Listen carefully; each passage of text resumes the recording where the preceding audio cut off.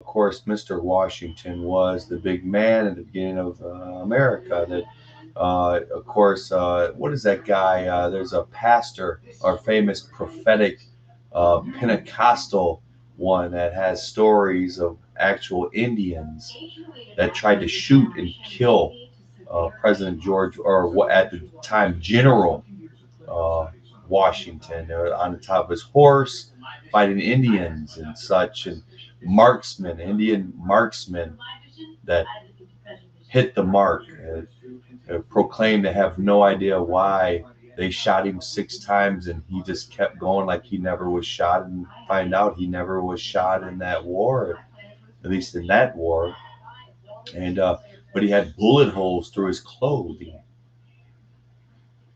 What was his name? A Pentecostal. Um, I wish to God I could have that name. Let me talk for a second and see if his name pops up. The Godfather of Pentecostals. Well, anyway, maybe I'll come up with a name or whatever. He has his own show. He's always talking about prophetic words and this and that, and government and politics and such. And you know, as far as um, government and not allowing. I'm not bringing home. You felt that in the spirit.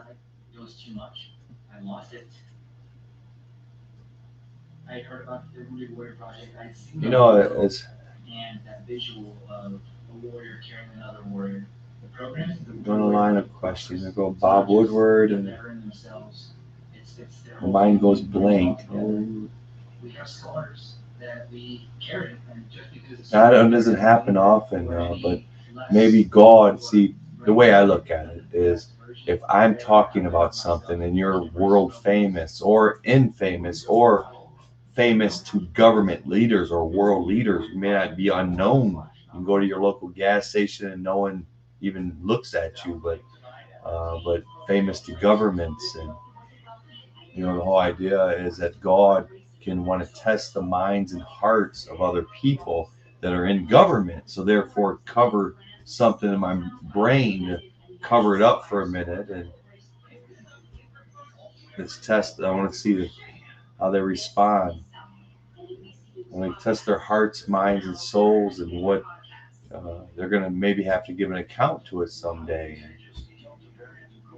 Maybe I want to go in another direction. The whole idea in America is that God has catalysts coming. If it was segregation or 60s racism, that racists that ran the country, a lot of racism against blacks, and God mustered up a Dr. Martin Luther King, a special man in his own right, that I was horrified to see got shot on that second story of that apartment complex in his jaw somehow. I was mortified by it because I thought he was beautiful, that he stood up to such radicalism against them, even burning crosses in his family's yard.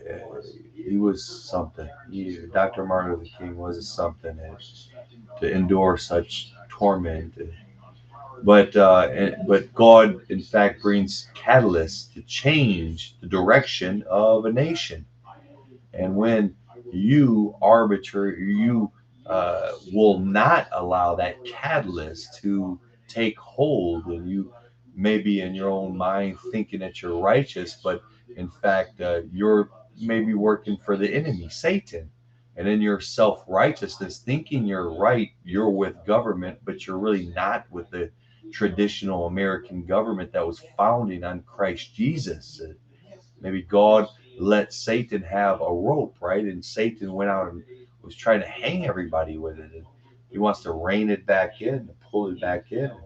He used catalyst to change the direction of not only American countries, American uh, uh, culture or whatever, but the world for that matter. Maybe he wants the world to go in another direction. But when you have people, the technocrats, the bureaucrats, the deep state, whatever, that will not allow God's catalyst to take hold, to therefore uh, get us on a different road. Maybe let me make it clear. I have a promised land. Maybe Kevin coming trying to change my promised land. We have to fight him. Maybe not. Maybe not. Maybe we should just let good paradigms win the day, right? Let everyone decide for themselves, right? And be to uphold in America, try to uphold a certain professionalism, that we don't weaponize different departments of government. If it's the IRS going after Dr. Ben Carson or me with mental health, we don't weaponize departments of government to keep power and wealth, right? You don't, these people are out here proclaiming that yes, CO2 emissions are going to end the world due to, or not, or they're going to end, CO2 emissions are going to end the world in 9 years. And we're going to pump up the heat in all of our mansion compounds that are found across America. These giant square foot mansions that if we really cared about CO2 emissions, we really believed in it, we would have like an 800 foot square home that they would live in and reside. It would be a beautiful, immaculate home. But if you really believe in CO2 emissions, which again, houses, the homes are the biggest CO2 emitters on the planet. You have to keep them warm, burn fossil fuels. Now, God, the Christian God, sometimes it's smart to go his way and let his catalyst take hold.